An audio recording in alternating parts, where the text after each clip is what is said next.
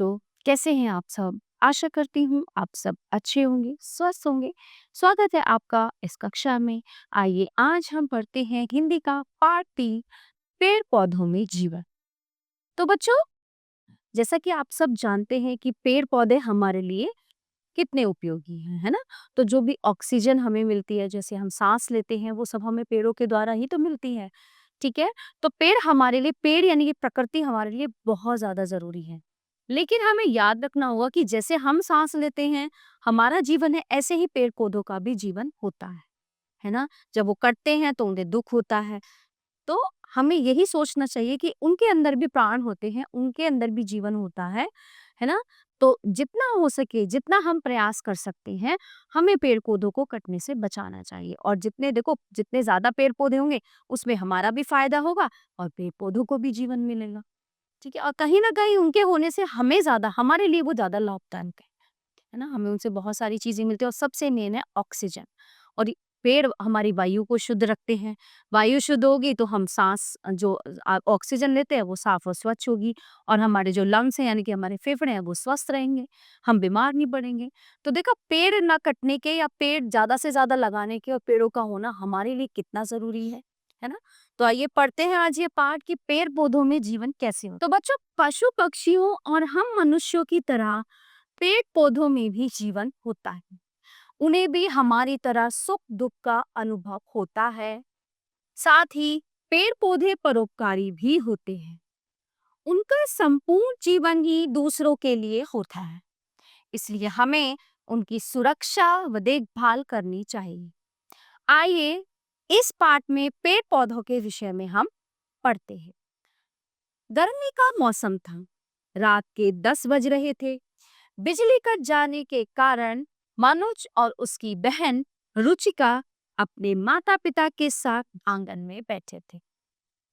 अचानक रुचिका क्यारी में लगे पौधों को हिलाने लगी। होता है ना, कई बार हम अपने घर में बगीचा बना लेते हैं, है ना? आंगन में बगीचा बना लेते हैं छोटा सा, उसमें छोटे-छोटे पेड़ लगा देते हैं, है ना?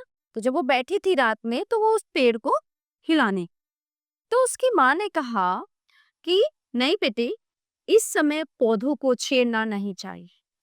पौधे इस समय सो रहे हैं। रुचिका पौधे को हिलाती हुई हंसकर बोली कि पौधे भी कहीं सोते हैं। तब उसके पिताजी बोले, हाँ बेटी, पौधे भी हमारी तरह सोते और जागते हैं, सांस लेते हैं, इसलिए अब पौधे को हिलाना बंद करो।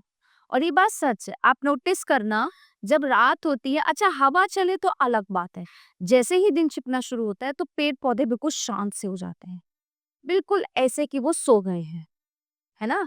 तो यही होता है कि वो सोते हैं, सांस लेते हैं, इसलिए हमें रात को पौधों को नहीं हिलाना चाहिए।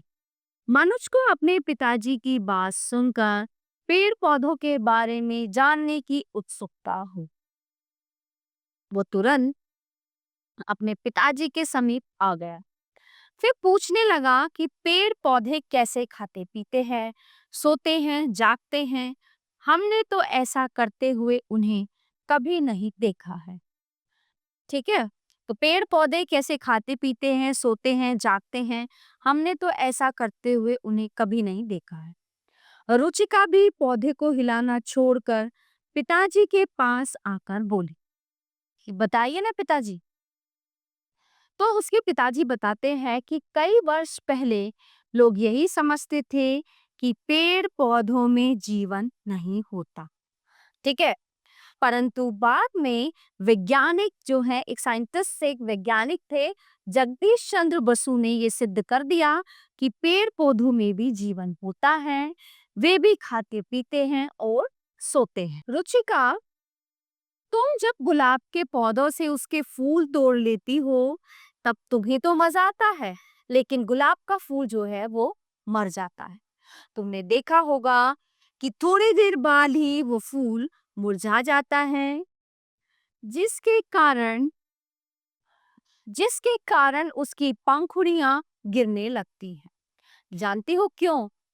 जब वो पौधों से जुड़ा हुआ था तो उसे भोजन पर्याप्त मात्रा में मिल रहा था ना, उसे भोजन और पानी, जब वो मतलब पेड़ से जुड़ा हुआ था ऊपर, तो उसको नियमित रूप से भोजन भी मिल रहा था, पानी भी मिल रहा था। लेकिन डाली से टूटकर फूल को भोजन नहीं मिल पाता है और वो निर्जीव सा हो जाता है। एक तरह से ये समझ लो उसकी मृत्यु हो जाती है ना? आपने देखा होगा जब तक पेड़ पर डाली पर फूल लगा रहता है तब तक कैसे खिलखिलाता हुआ हिलता रहता है, लेकिन टूटते ही वो 2-3 दिन में बल्कि शाम तक ही वो मुरझा जाता है। मनोज, तुमने तो अपनी विज्ञान की पुस्तक में पढ़ा होगा कि पौधे के 6 अंग होते हैं। अब ये 6 अंग कौन-कौन से होते हैं? जड़, तना, शाखाएं, पत्तियां, फूल और जो काम हमारे लिए मुंह करता है, जैसे हम मुंह से खाना खाते हैं हमारे पेट में जाता है हमें एनर्जी मिलती है, ऐसे ही पौधों को खाना उनकी जड़ों से यानी कि उनकी रूट से जाता है। वो जड़ से अपना भोजन लेते हैं। जड़ें धरती से खनिज लेकर पौधों को देती हैं और जमीन पर मिट्टी को मजबूती के साथ जकड़कर पौधे को खड़ा रखती हैं।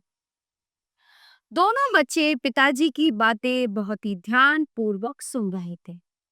रुचिका ने पूछा, अच्छा, तो पौधे सांस कैसे लेते हैं? पिताजी बोले, पत्तियों में छोटे छोटे छेद होते हैं जो हमें दिखाई नहीं देते, अगर हम उसे जो है लेंस के थ्रू देखेंगे तो शायद हमें दिख जाए। तो पत्तों में छोटे छोटे छेद होते हैं, तो उनके द्वारा ही पौधे सांस लेते हैं। यदि तुम किसी पौधे को कांच के बर्तन से ढक दो कि उसे हवा न मिले, तो तुम देखोगे कि कुछ समय बाद वो मुरझा जाएगा। पत्तियां ही सूर्य की गर्मी में हवा से कार्बन डाइऑक्साइड लेकर क्लोरोफिल की सहायता से भोजन बनाने का काम करती है। मनुष्य ने कहा, क्या गंदी हवा को कार्बन डाइऑक्साइड कहते हैं? अब देखो पौधे क्या काम करते हैं, कार्बन डाइऑक्साइड वो ग्रहण करते हैं और ऑक्सीजन यानी शुद्ध वायु हमारे लिए छोड़ते हैं। तो ठीक कहते हो, लेकिन पौधों के जीवन के लिए ये बहुत आवश्यक है। पौधे हवा में से कार्बन डाइऑक्साइड ग्रहण कर हमारे वातावरण को शुद्ध करने का काम भी करते हैं। पिताजी ने उसको समझाया। तो फिर मनोज ने पूछा कि अच्छा पिताजी, तना और शाखाएं पौधे के लिए किस प्रकार कार्य करती हैं? जो उसका तना होता है जिसको हम स्टीम बोलते हैं, है ना, और उसकी जो शाखाएं जो डालियां होती हैं, तो वो क्या काम करती हैं? तो पिताजी इसको समझाते हैं कि तना और शाखाएं पौधे को आकार प्रदान करते हैं तथा पत्तियों द्वारा बनाया गया भोजन नीचे जड़ों तक और जड़ों द्वारा सींचे गए खनिज और पानी को पत्तियों तक पहुंचाते हैं। शाखाएं पत्तियों को सूर्य की ओर उन्मुख भी किए रहती हैं। अब पिताजी ने आगे बताया, पत्तियों द्वारा बनाया गया भोजन ही जड़ों, तनों, शाखाओं, फलों और बीजों के रूप में एकत्र हो जाता है, जिसे हम खाते भी हैं। ठीक है?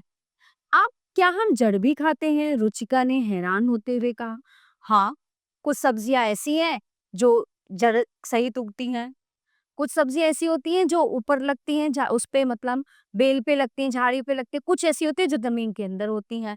वो कौन कौन सी होती हैं? जैसे चुकंदर है, गाजर है, मूली, शलगम इत्यादि पौधे की जड़ों के ही रूप हैं। गंधा, कमल ककड़ी आदि पौधे के तने का रूप है। ठीक है? तो माँ बोली कि पत्तियों को साग या चटनी के रूप में भी खाते हैं। अब देखो जो पेड़ पौधे हैं हमारे लिए हर तरह से उपयोगी हैं। जो उनकी जड़ें हैं वो हमारे लिए लाभदायक है, जो तने हैं वो हमारे लिए लाभदायक है, जो उनकी पत्तियां हैं वो हमारे लिए लाभदायक है, यूजफुल है।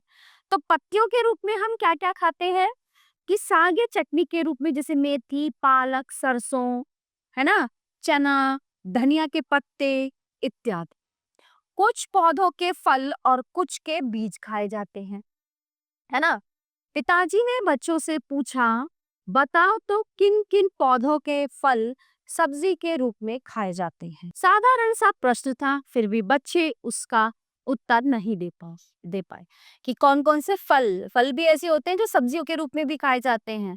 अब बच्चों को नहीं पता था, तो फिर पिताजी उन्हें समझाते हैं कि काशी फल तो फल ही कहलाता है। काशी फल एक तरह से वो कद्दू, देखा है आपने, कद्दू जो होता है, पंपकिन जिसको हम बोलते हैं, वो टमाटर, भिंडी, बैंगन आदि भी पौधों के फल ही होते हैं। फल अपने अंदर बीज को समेट कर रखते हैं, यही उनके फल होने की पहचान है।